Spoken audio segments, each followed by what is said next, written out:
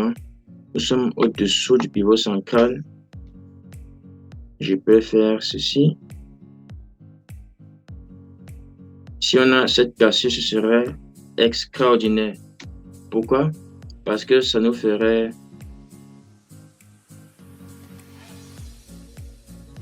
quoi? Un biseau ascendant.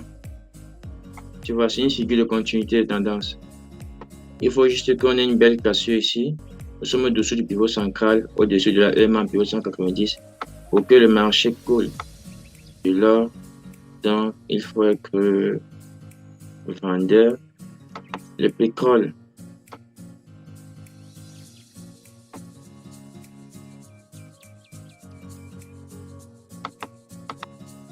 Le pétrole, on a ça, puis on vient avoir comme un squeeze ici. Ça, c'est en 1 heure. Bon, on voit un peu ce que le marché nous raconte.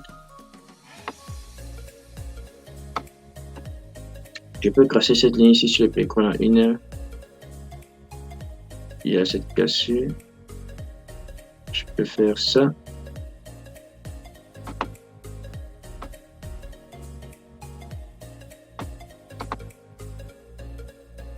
Je trace cette ligne sur le pétrole qui fait un pullback sur cette ligne et en même temps sur la EMA en période 190. Donc, sur le pétrole en 1 heure, je suis vendeur toujours. Surtout qu'on a cette mèche qui est plutôt intéressante.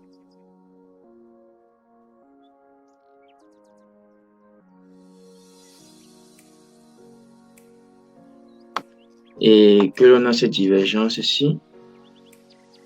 À ce niveau, je fais ici. Voilà, ici, ça monte.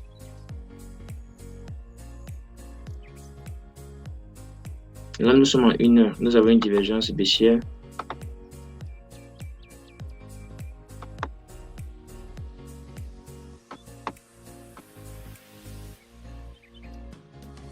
Et là, ça descend.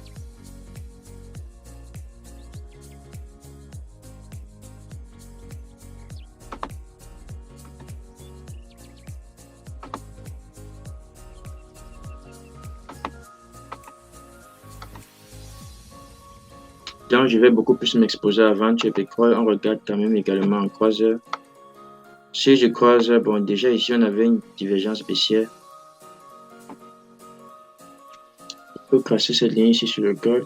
C'est croix touch 1, 2, croix.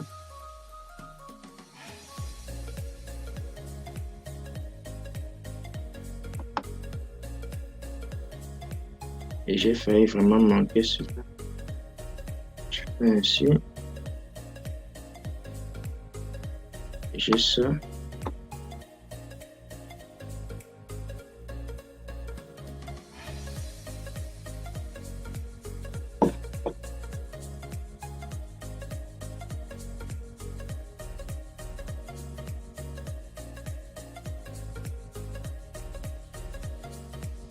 Je vais me préparer donc à vendre l'or.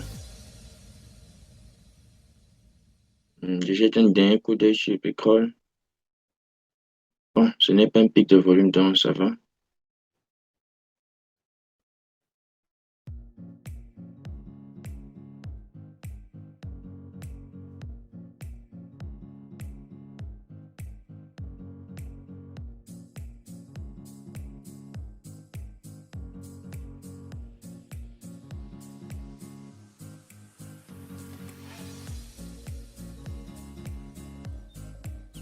Je vends l'or.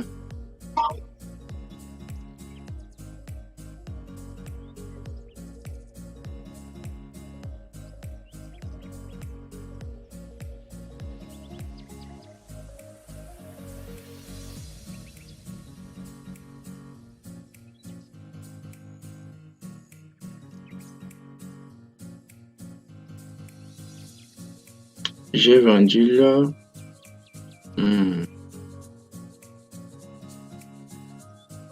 Mon stop loss il est à 16,81 et mon take profit pour l'instant Mon take profit, je vais le mettre à 61,5.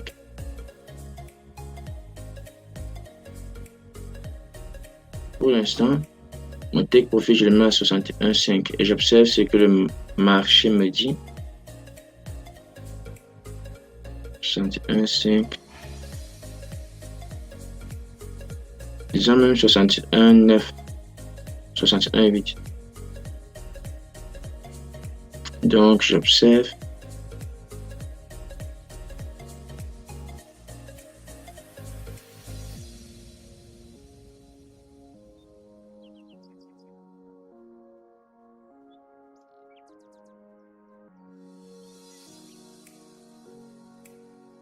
Quand on vient sur le 1 heure, on se rend compte que le marché veut effectivement casser notre figure de continuité de tendance.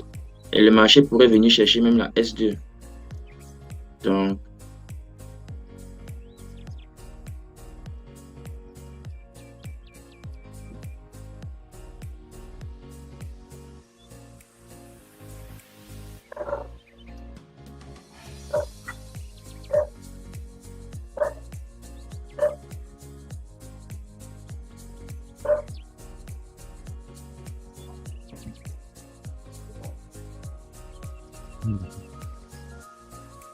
je vends le pétrole.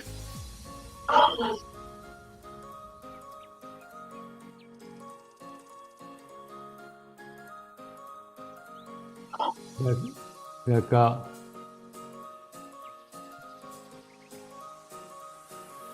J'ai vendu le pétrole avec 3 micros.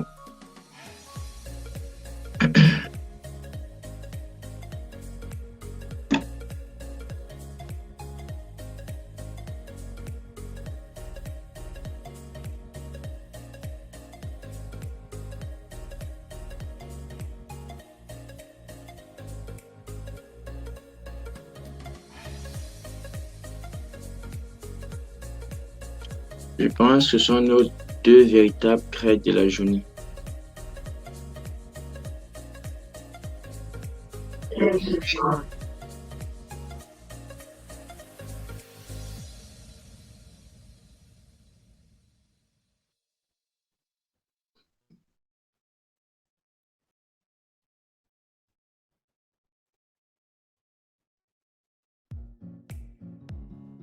Voici où se trouve notre stop loss sur le pétrole.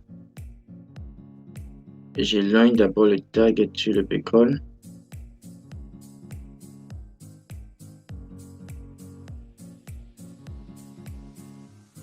Et j'essaie de voir.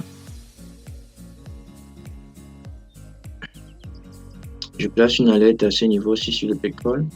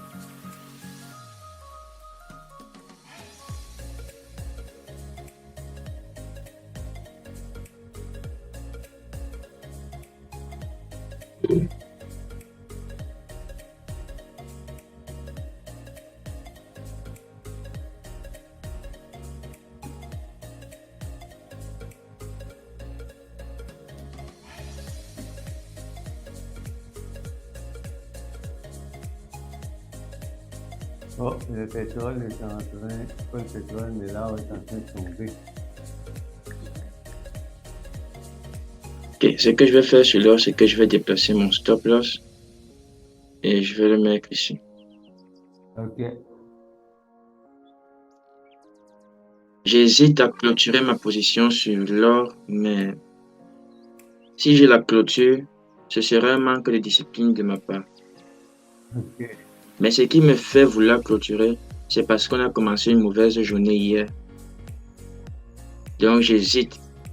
Et nous sommes dans une zone où quand il y a un pic de volume, cette zone-ci où j'ai mis ma ligne violette, où lorsqu'il y a un pic de volume, le marché est susceptible de se retourner. Donc, c'est ce qui me fait un peu être hésitant sur l'or.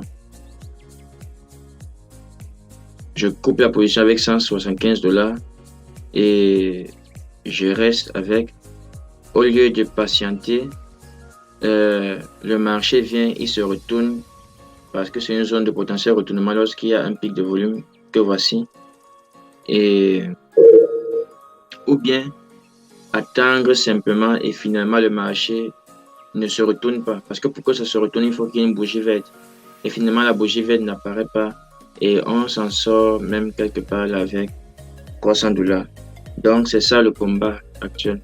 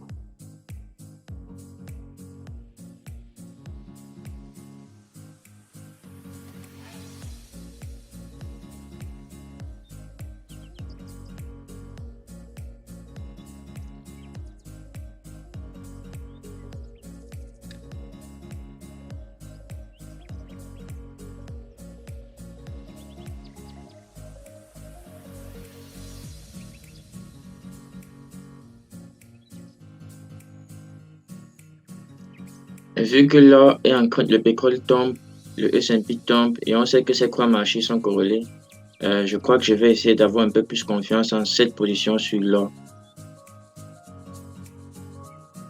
D'accord.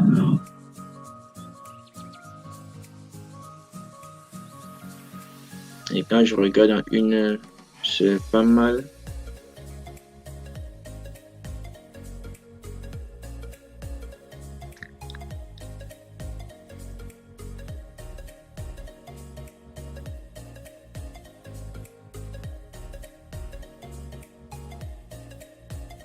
Est-ce que tu as envie de prendre position sur le ES ou t'attends?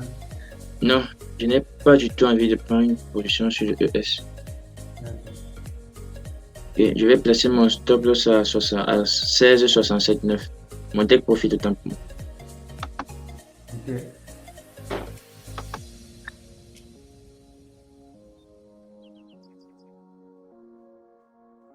Je sais pas si je...